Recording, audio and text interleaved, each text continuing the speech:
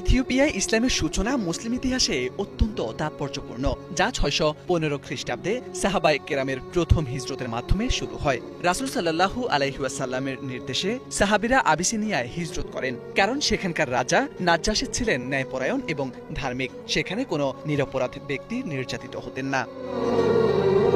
কুরাইশরা বিষয়টি জানতে পেরে সাহাবীদেরকে তাদের হাতে তুলে দিতে বলেন। রাজা নাজ্জাশী আশ্রয় প্রার্থী মুসলমানদের কুরাইশদের হাতে তুলে দিতে অস্বীকার করেন এবং তাদের ধর্ম পালনে নিরাপত্তা ও স্বাধীনতা প্রদান করেন। হযরত জাফর ইবনে আবু তালিব রাদিয়াল্লাহু তাআলা এর নেতৃত্বে সাহাবীরা ইথিওপিয়ায় প্রথম ইসলাম ধর্ম প্রচার করা শুরু করেন। পরবর্তীতে বিখ্যাত সাহাবী ও প্রথম মুয়াজ্জিন হযরত বিলাল রাদিয়াল্লাহু তাআলা এর জন্ম এই অঞ্চলে হয়েছিল।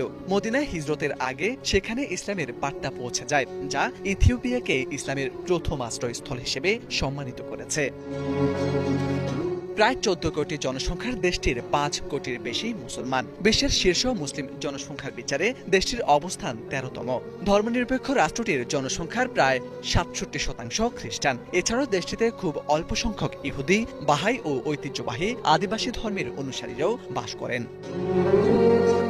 ইথিওপিয়ায় প্রথম মুসলিম স্থাপনাগুলোর মধ্যে আফ্রিকার প্রাচীনতম মসজিদ হিসেবে পরিচিত ৭ম শতাব্দীতে আবিসিনিয়ায় হিজরতকারী সাহাবীদের দ্বারা নির্মিত নাজ্জাশী মসজিদ, ১৯২২ সালে নির্মিত রাজধানী আদ্দিস আবাবার সবচেয়ে বড় এবং গুরুত্বপূর্ণ গ্র্যান্ড আনোয়ার মসজিদ, ইসলামের চতুর্থ পবিত্রতম শহর হিসেবে গণ্য করা ইউনেস্কো ওয়ার্ল্ড হেরিটেজ সাইট হিসেবে স্বীকৃত হারার জগল ওয়ার্ল্ড সিটি, যেখানে প্রায় ৮২টি ঐতিহাসিক মসজিদ রয়েছে। হারার শহর প্রাচীন মুসলিম স্থাপত্য, সরু গলি এবং ঐতিহ্যবাহী ঘরের জন্য বিশেষভাবে পরিচিত। ইথিওপিয়া পূর্ব আফ্রিকার হর্ন অব আফ্রিকা অঞ্চলে অবস্থিত একটি বিশাল এবং বৈচিত্র্যময় ভূখণ্ড।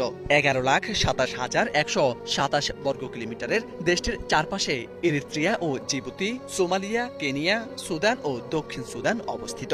দেশটির অর্থনীতির প্রধান ভিত্তি হল কৃষি, যা জিডিপির প্রায় ৪০% এবং কর্মসংস্থানের ৮৫% যোগান দেয়। ইথিওপিয়ার প্রধান ও ঐতিহ্যবাহী পোশাক হল হাবেশা কেমিস, যা সাধারণত সাদা সুতির কাপড়ে হাতে বোনা নকশায় করা হয়। মুসলিম নারীরা এর সাথে নেতালা নামক ওড়না দিয়ে মাথা ও কাঁধ ঢেকে রাখেন। পুরুষরা ঐতিহ্যবাহী সাদা পোশাক, গাবি বা জাব্বা পরিধান করেন।